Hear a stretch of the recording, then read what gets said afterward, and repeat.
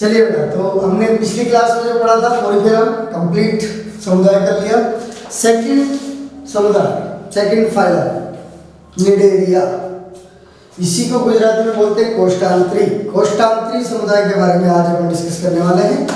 कोष्ठांतरी समुदाय के अंदर जो पॉइंट्स आपको याद रखना है, जैसे इसका नाम ही हम बोल रहे हैं कोष्ठांतरी, मतलब इसके अंदर विशेष प्रकार की कोष्ठांत्र पाई जाएगी। यानी इसके अंदर जो देह कोष्ठ है वो देह कोष्ठ विशिष्ट प्रकार की है, जिसे सिलेंट्रोन कहते हैं। सिलेंट्रोन के आधार पर इसका नाम पड़ा सिलेंट्रेटा, कोष्ठांत्र के आधार पर इसका नाम पड़ा कोष्ठांतरी। और दूसरा इसका नाम आता है निडेरिया। निडेरिया किस आधार पर पड़ा? निडेब्लास्ट नाम की सेल्स इनमें होती है, निडोसाइट्स। निडोसाइट्स नाम के आधार पर इन्हें कहा जाता है निडोब्लास्ट, यानी निडोब्लास्ट सेल के आधार पर इन्हें कहा जाता है निडेरिया फाइलम। ओके, तो निडेरिया का नाम निडेरिया क्यों है? इसका पहला पॉइंट निडोब्लास्ट सेल। नंबर 2, कोष्ठांतरी क्यों कहते हैं? देखो, जिनके अंदर विशिष्ट प्रकार की एक गैस्ट्रोवेस्कुलर कैविटी कोष्ठांतरी में पाई जाती है, इसलिए इनका नाम हो गया कोष्ठांतरी। क्लियर? उसके बाद आगे चलते हैं। अब ये जो निडोब्लास्ट सेल्स है, वेरी वेरी इंपॉर्टेंट, निडोब्लास्ट के आधार पर इनको अपने निडेरिया का। निडोब्लास्ट सेल के अंदर विशिष्ट प्रकार की स्टिंगिंग सेल्स पाई जाती है, स्टिंगिंग कैप्सूल पाया जाता है, जिसे निमेटोसिस्ट कहते हैं। और यही निमेटोसिस्ट के अंदर एक विशिष्ट प्रकार का अंकुश पाया जाता है, और ये जो अंकुश है उसी के थ्रू ये अपना शिकार भी करते हैं, उसी के थ्रू ये अपना फूड भी कैप्चर करते हैं, उसी के थ्रू ये अगर एक जगह से दूसरी जगह जा रहे हैं तो वहाँ पर इनको रुकना है, कोई आधार इनको चाहिए, तो यांत्रिक आधार को पकड़ने के लिए भी इसका काम करेंगे। तो ये आक्रमण करते समय या अपने आप को डिफेंस करते समय, मान लीजिए कोई भक्षक इनको खाने वाला कोई प्राणी आया, तो ये अपने आप को बचाने के लिए, डिफेंस के लिए, प्रतिचार के लिए भी इन्हीं निडोब्लास्ट सेल्स का यूज करेंगे। आगे हम पढ़ेंगे बॉडी बॉल के अंदर कि ये कहाँ पाई जाती है और ये किस तरह से अपना काम करती है। इसके अंदर एक बात आपको बिल्कुल क्लियरली समझ लेनी है कि निडोब्लास्ट सेल्स जो होती हैं ये एक ही बार यूज आती है, उसके बाद ये क्या हो जाती है? ये निष्क्रिय हो जाती है, फिर ये किसी काम की नहीं रहती है। ठीक है, एक बार अगर इनमें विसर्जन हो गया, एक बार इनमें से अंकुश निकल गया, एक बार इनमें से कैप्सूल या निमेटोसिस्ट निकल गया, उसके बाद फिर ये दूसरी बार अपने निमेटोसिस्ट को नहीं निकाल सकती है। ठीक है, पहली बात। और अब बात करते हैं निडोब्लास्ट सेल सबसे ज़्यादा कहाँ पाई जाती है। जैसा कि हम बात करते हैं कि इनकी स्ट्रक्चर में, जैसे हाइड्रा स्ट्रक्चर आपने देखी हो, तो हाइड्रा स्ट्रक्चर में जो अधोमुख होता है, जो प्रमुख होता है, उसके पास में जो टेंटिकल्स होते हैं, उन टेंटिकल्स, उन स्पर्शकों के अंदर सबसे ज्यादा मात्रा में पाई जाती है ये निडोब्लास्ट सेल्स। ओके, तो ये 3 पॉइंट आपको बिल्कुल अच्छे से क्लियर होना चाहिए। उनके नाम के आधार पर नाम पड़ा निडोब्लास्ट की वजह से। निडोब्लास्ट सेल्स के अंदर कौन सा कैप्सूल है? स्टिंगिंग कैप्सूल है, निमेटोसिस्ट जिसे कहते हैं। और ये ज्यादातर कहाँ पाए जाते हैं? टेंटिकल्स में पाए जाते हैं, या इनके मुख के आजू बाजू वाले जो कोश है वहां पर ये सबसे ज्यादा पाए जाते हैं। काम क्या है ये भी अपन ने डिस्कस किया, anchorage, defence and food capturing, यानी यांत्रिक आधार के लिए प्रतिचार के साथ साथ, मैंने फिर बोला कि ये अपनी रक्षा तो करेंगे ही, लेकिन साथ साथ ये शिकार को पकड़ने में भी उसका यूज करेंगे। अब कैसे करेंगे? कहाँ से आती है? निडोब्लास्ट सेल्स को बनाने के लिए इनकी बॉडी वॉल में विशिष्ट प्रकार की कोश पाई जाती है। It is very important. कौन सी कोश है? इंटरस्टिशियल या आंतरकोशीय कोश। ये जो आंतरकोशीय कोश होती हैं, इन कोशों के द्वारा ही निडोब्लास्ट सेल्स बनती है। क्यों? क्योंकि ये सेल्स की खास बात क्या है कि ये टोटिपोटेंट सेल्स, टोटिपोटेंट सेल्स यानी ऐसी सेल्स जो अपने में से बहुत अलग अलग प्रकार की सेल्स बना सकती हैं, जो अपने में से अलग अलग टाइप की सेल्स बना सकती हैं, उन्हें बोलते हैं बेटा टोटिपोटेंट सेल्स। और ये बहुत ही कम प्राणियों में पाई जाती है। फॉर एग्जांपल आपने पहले भी पढ़ा होगा, स्टेम सेल्स होती है, एक सेल से पूरा जीव बन जाता है। तो ये भी इनमें एक विशिष्ट प्रकार की कोश है जिनके द्वारा आपको निडोब्लास्ट सेल्स मिलेगी। और निडोब्लास्ट सेल एक बार बनकर क्या हो जाती है, निष्क्रिय हो जाती है, किसी काम की नहीं रहती है। एक बार अगर उनमें से निमेटोसिस्ट निकल गया और उसने जाकर अपना काम कर दिया तो उसके बाद फिर ये किसी काम का नहीं रहेगी, इसका पाचन हो जाता है। कहाँ पर ये पाई जाती है अपन बात करेंगे जब हम बॉडी वॉल की बात करेंगे। फिलहाल आपको ये याद रखना है केवल कि निडेरिया का नाम निडेरिया निडोब्लास्ट सेल्स से, निडोब्लास्ट सेल्स कंटिन्यूली बनती रहती हैं। कौन बनाता है, इंटरस्टिशियल सेल्स, आंत्रकोशिक कोश। क्यों बोलते हैं इनको, ये क्यों बना सकती है, क्योंकि इनकी विशेषता ये है कि ये स्पेसिफिक कोश है जो बहुत कम पाई जाती है। ये वर्धनशील कोश होती है, टोटिपोटेंट सेल्स होती है, ऐसी सेल्स जो अपने में से अलग अलग डिफरेंट टाइप की सेल्स बना सकें, उन्हें बोलते हैं टोटिपोटेंट सेल्स, जो अलग अलग जीवों में अलग अलग नाम से होती है। ठीक है, हमारे अंदर भी होती है। हमने जब इंट्रोडक्शन पढ़ा था तब हमने कहा था कि हमारे अंदर जब जायगोट क्या करता है, क्लीवेज करता है, तो ब्लास्टोमियर्स बनते हैं। क्यों, एक ही इंसान के तीन बच्चे एक साथ एक जैसे होते हैं, क्योंकि वो ब्लास्टोमियर्स, मैंने बताया था आपको जब इंट्रोडक्शन पढ़ाया था, तो वो ब्लास्टोमियर के अंदर एक कैपेसिटी होती है कि वो एक से पूरा जीव बना सकती है। वैसे ही इनके अंदर भी इंटरस्टिशियल सेल्स होती है। इंटरस्टिशियल सेल्स की खास बात है कि ये डिफरेंट टाइप की सेल्स बना सकती है।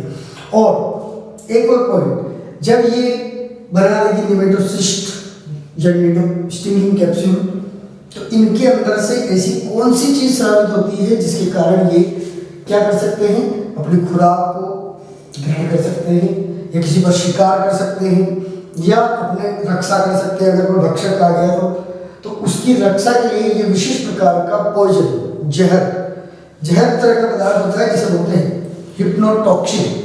ये हिप्नोटॉक्सिन स्रावित करेगी।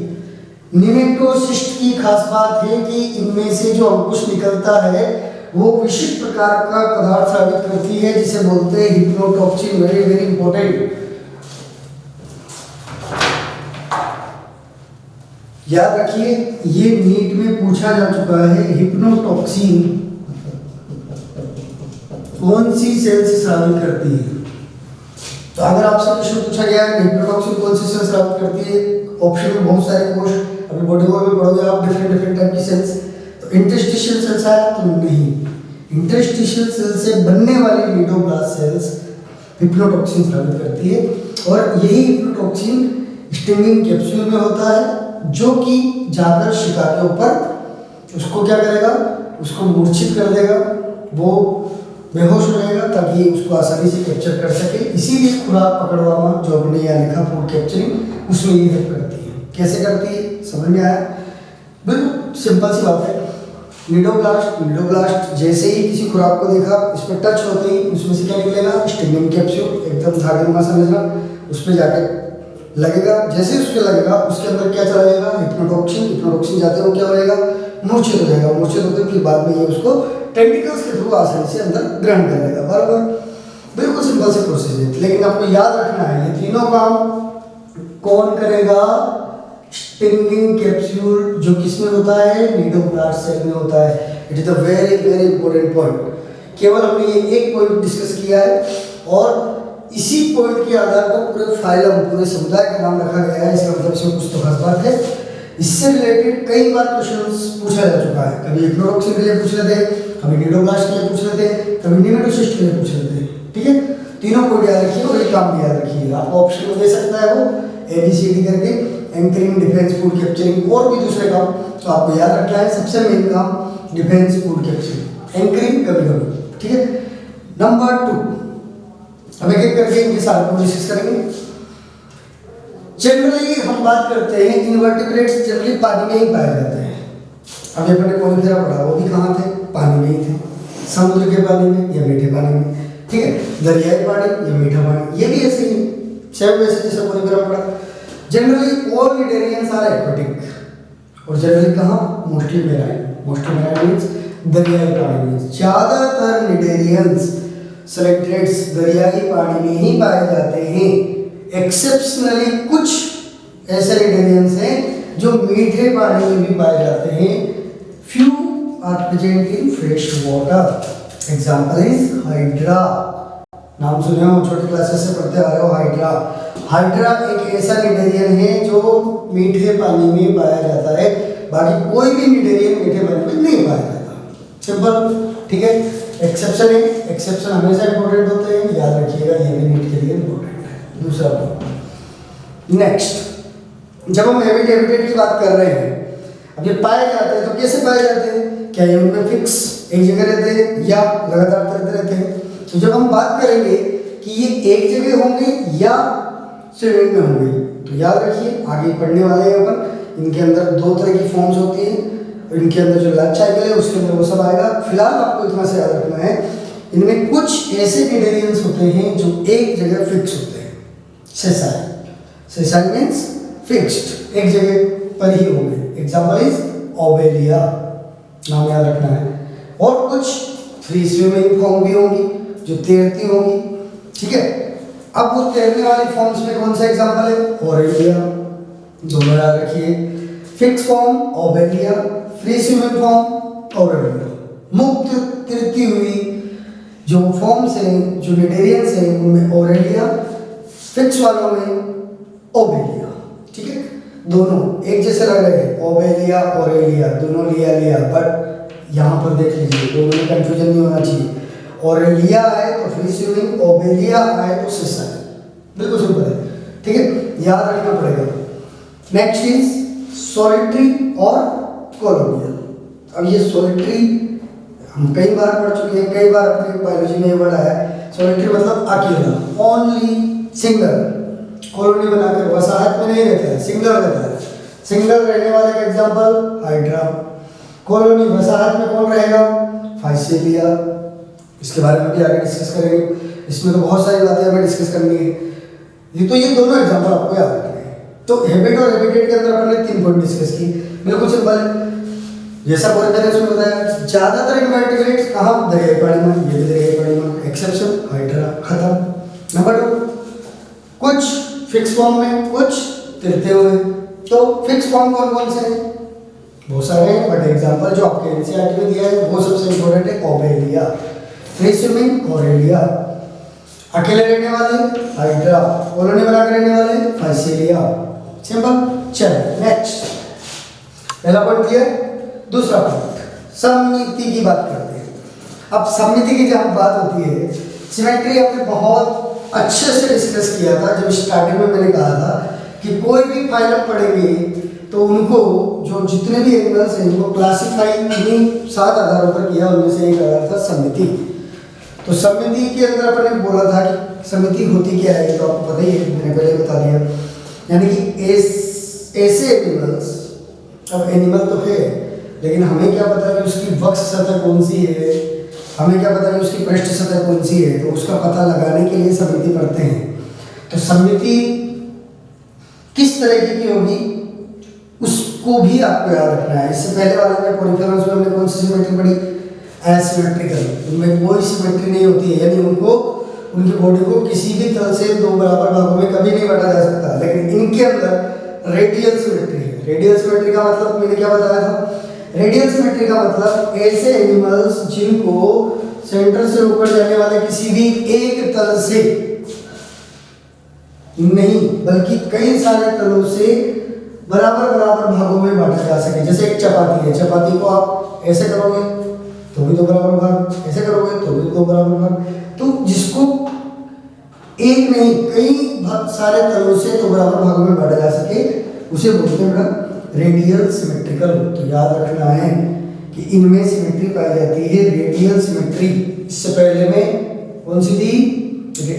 एसिमेट्री। इसके बाद वाले में कौन सी आएगी वो भी याद रखना है, सबको सीक्वेंस वाइज याद रखना है।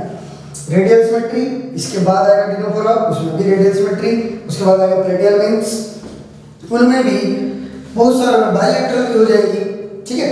तो बहुत सारी चीजें हम डिस्कस करेंगे, इसमें याद रखिए रेडियल सिमेट्री। लेकिन एक्सेप्शनली एक है CN1, इसमें bilateral symmetry, bilateral symmetry, biradial symmetry. ये बायरेडियल सिमेट्री इंपॉर्टेंट जिसमें पाई जाती है CN1, समुद्री काकड़ी जिसे बोलते हैं गुजराती में सी एनिमोन को समुद्री काकड़ी जो होती है एनिमोन, क्योंकि ये ककड़ी की तरह दिखती है, ठीक है। तो सी एनिमोन नाम याद रखना है और समुद्री काकड़ी वो भी याद रखना है। इसमें अकेले में केवल बाय रेडियल सिमेट्री पाई जाती है, बाकी सभी में रेडियल सिमेट्री होगी।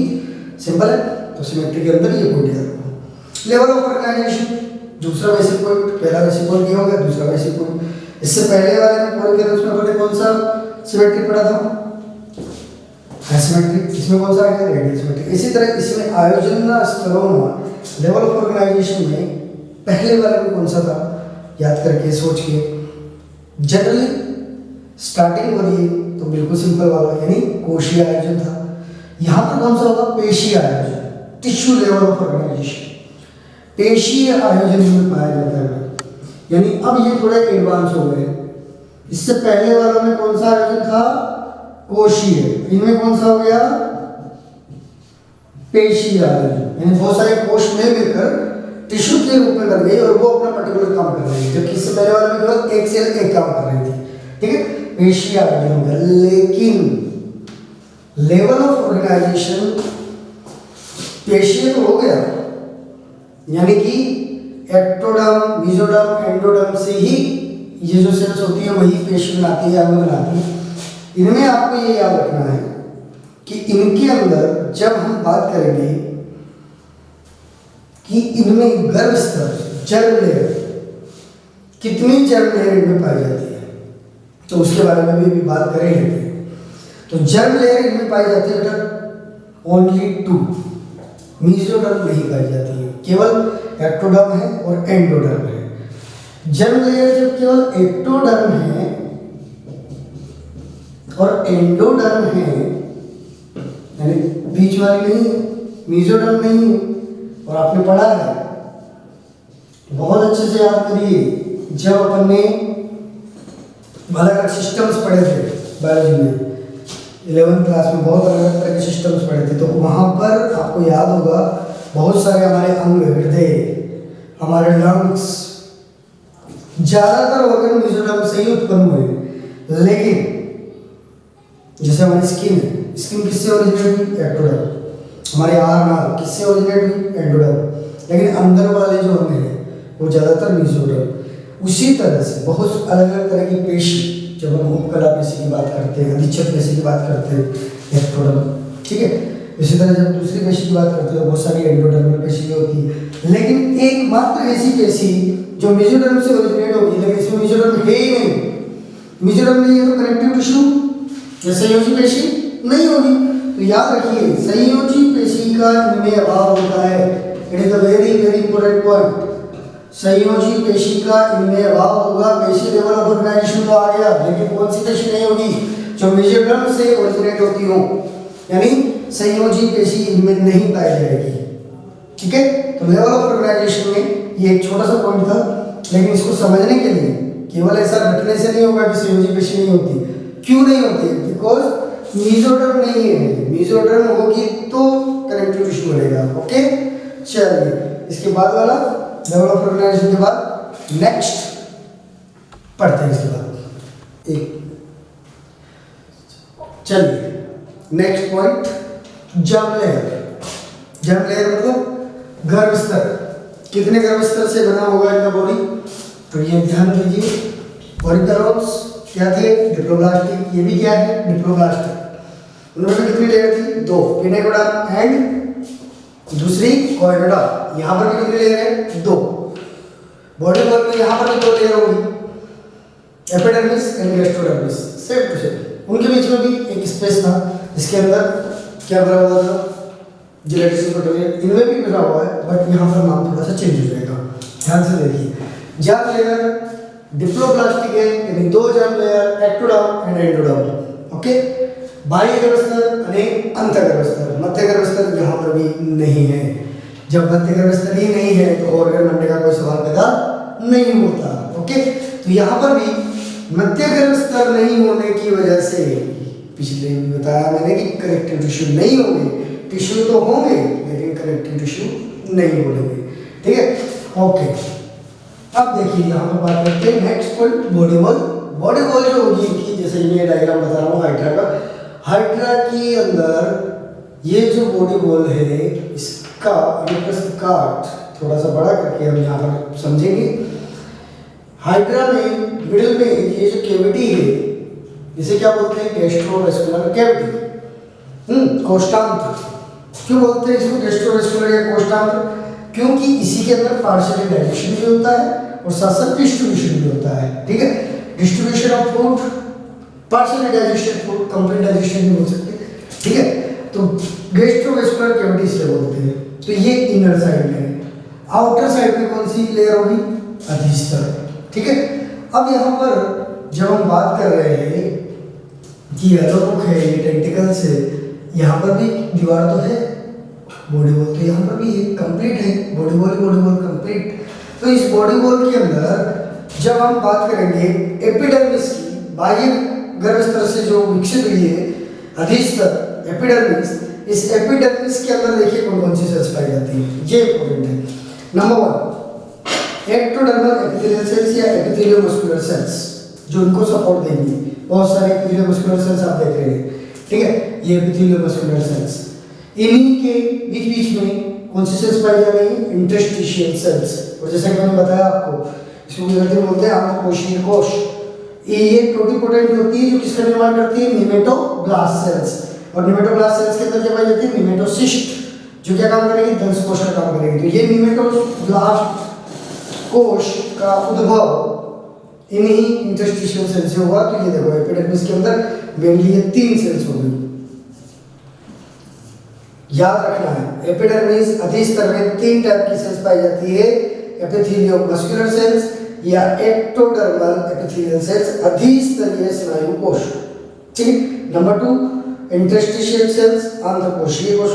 निमेटोब्लास्ट, ये अपने पढ़ाई था पिछली क्लास में। ये 3 कोश एपिडर्मिस यानी अधीस्तर में पाई जाती है, पहला पॉइंट।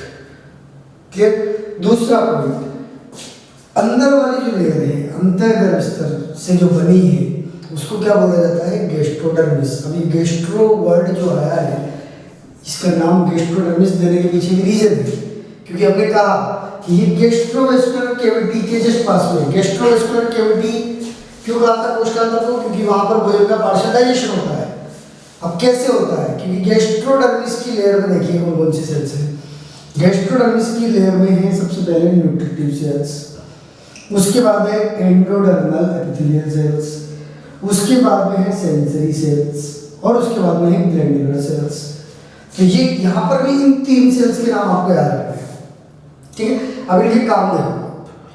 ये जो ग्लैंडुलर, ये कहाँ पर है? गैस्ट्रोडर्मिस कहाँ पर है? अंदर की तरफ यानी कि गैस्ट्रोवेस्कुलर कैविटी की बाजू। ठीक है, तो यहाँ पर मेनली जो वर्क है वो है ग्लैंडुलर सेल्स का, ग्रंथि कोशों का। इन ग्रंथि कोशों के द्वारा, क्योंकि नाम में ही ग्रंथि आ रहा है, ग्रंथि जो है वो कुछ ना कुछ स्रावित करेगी। तो ये भी स्रावित करती है गैस्ट्रिक जूस, पाचक रस, जिसके अंदर पाए जाते हैं पाचक उत्सेचक, डाइजेस्टिव एंजाइम्स, जो डायरेक्टली स्रावित कर दिए जाएंगे। कहाँ पर? गैस्ट्रोवेस्कुलर कैविटी में। कहाँ पर स्रावित किए जाएंगे? गैस्ट्रोवेस्कुलर कैविटी या कोष्ठांत्र में directly digestive enzymes, digestive juice के थ्रू ग्लैंडुलर सेल्स स्रावित करती है, जो कहाँ पाई जाती है? गैस्ट्रोडर्मिस में। अब ये डाइजेस्टिव एंजाइम्स स्रावित तो हो गए, लेकिन क्या वहाँ फूड का कंप्लीट डाइजेशन हुआ? नहीं। याद रखिए, कोष्ठांत्र में डाइजेशन होता है, पाचन होता है, लेकिन कंप्लीट डाइजेशन नहीं होता है। डाइजेशन का मतलब क्या है? हाइड्रोलाइसिस ऑफ फूड, फूड का छोटे छोटे टुकड़ों में क्या होना? टूट जाना।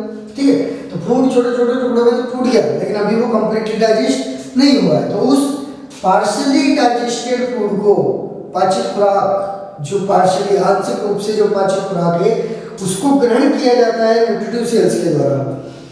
गैस्ट्रोडर्मिस की न्यूट्रिटिव सेल्स के द्वारा, उनके कषा के द्वारा उनका अंदर ग्रहण किया जाएगा और उसमें मौजूद फूड वैक्यूल्स यानी खुराक संग्रहण रसधानी द्वारा उनका कंप्लीट पाचन होगा। अब खुराक संग्रहण रसधानी के अंदर क्या पाए जाएंगे? नाम से पता लग रहा है, रसधानी के अंदर हाइड्रोलाइटिक उत्सेचक, पाचक उत्सेचक यहाँ पर भी पाए जाएंगे, जो कि जो फूड इसके अंदर गया है उसका कंप्लीट डाइजेशन करेगी। यानी कि एक पाचन हुआ कोश के अंदर, एक पाचन हुआ गुहा में यानी कोश के बाहर। इसीलिए आगे जब आप पढ़ोगे इस पाचन में, तो हम बताएंगे आपको कि इनमें बाह्य कोशिकीय पाचन भी होता है, अंतःकोशिकीय पाचन भी होता है। क्यों होता है वो बॉडी वॉल से आपको समझ में आ रहा होगा कि बॉडी वॉल में दो तरह की विशेष कोश है, ग्लैंडुलर और न्यूट्रिटिव।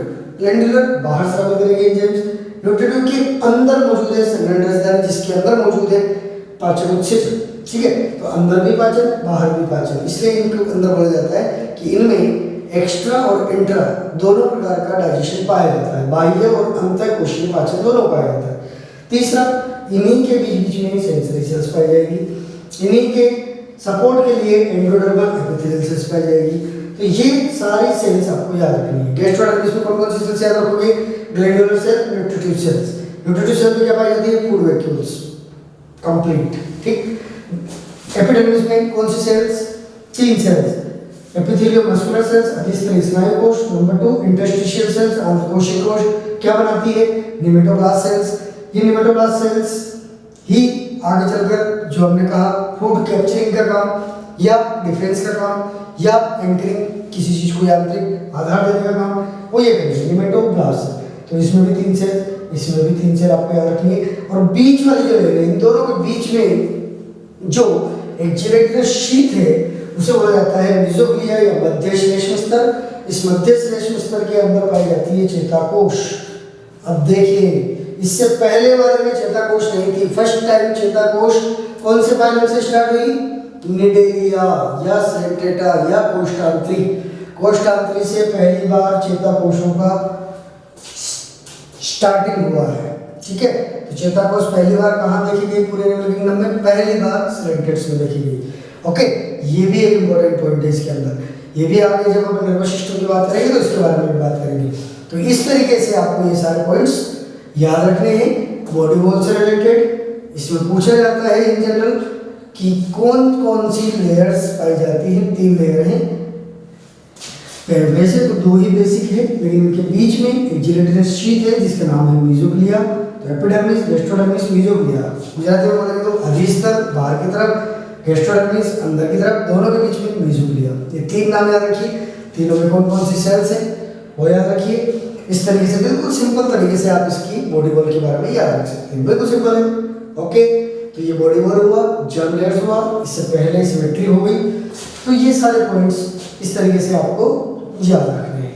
Okay, done. सौथी सवाया अमे सौथी शानदार महर्षि गुरुकुल नो असवायो